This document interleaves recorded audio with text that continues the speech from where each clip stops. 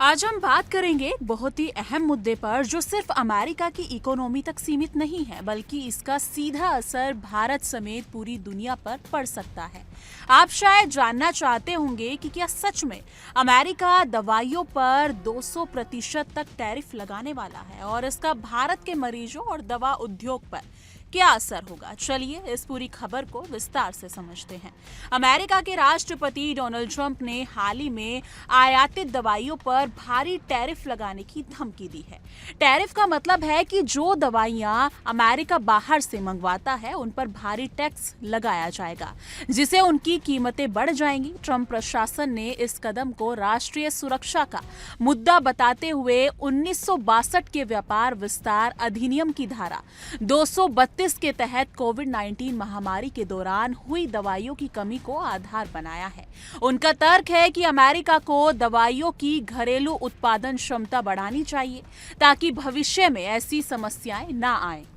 लेकिन विशेषज्ञ इस बात पर चिंतित हैं कि अगर ये टैरिफ वास्तव में लागू हुआ तो अमेरिका में दवाइयों की कीमतें आसमान छू जाएंगी और दवाइयों की कमी भी हो सकती है। खासकर जेनेरिक दवाइयों पर इसका असर सबसे ज्यादा पड़ेगा। जी हाँ, जेनेरिक दवाइयाँ वो दवाई होती हैं जो ब्रांडेड दवाइयों की तुलना में सस्ती होती हैं और अमेरिका में लगभग 92% फार्मेसी इन्हीं दवाइयों पर निर्भर है।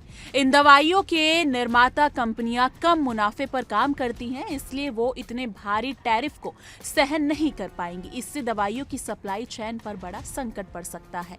अब बात करते हैं भारत की। भारत अमेरिका को जेनेरिक दवाइयों का एक बहुत बड़ा हिस्सा सप्लाई करता है। भारत की वजह से अमेरिका में सस्ती और किफायती दवाइयां उपलब्ध होती हैं। फिलहाल भारत को इस टैरिफ से बाहर रखा गया है क्योंकि अमेरिकी प्रशासन भी जानता है कि भारत के बिना उनकी दवाइयां की आपूर्ति संकट में पड़ जाएगी। भारतीय फार्मास्यूटिकल अलायंस के महासचिव सुदर्शन जैन ने भी कहा है कि भारतीय दवाइयां अमेरिका में किफायती स्वास्थ्य सेवा के लिए बेहद जरूरी है। हालांकि अगर ये नीति लंबे समय तक जारी रही तो इसका असर भारत की दवा कंपनियों पर और पूरी सप्लाई चेन पर भी पड़ेगा।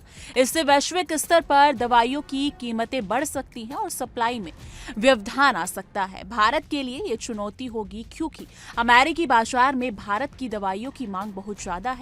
कुछ अमेरिकी दवा निर्माता कंपनियां इस संभावित टैरिफ के लिए पहले ही तैयारी कर चुकी हैं। उन्होंने दवाइयों का स्टॉक बढ़ा दिया है ताकि कम से कम 1 से 1.5 साल तक वो दवाइयां बिना किसी दिक्कत के सप्लाई कर सकें।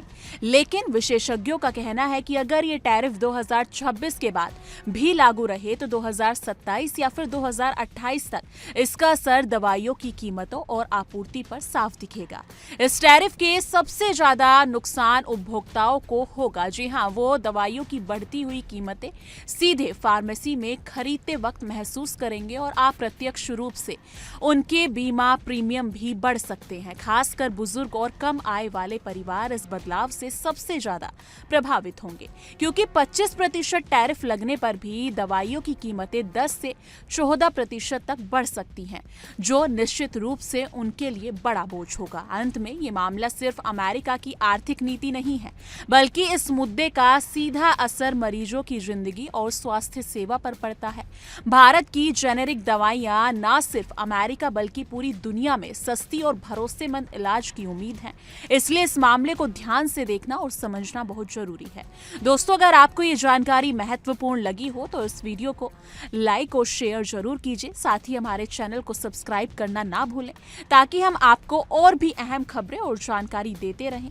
नीचे कमेंट सेक्शन में बताइएगा कि आप इस टैरिफ नीति को लेकर क्या सोचते हैं। क्या अमेरिका का ये अहम कदम सही है या गलत।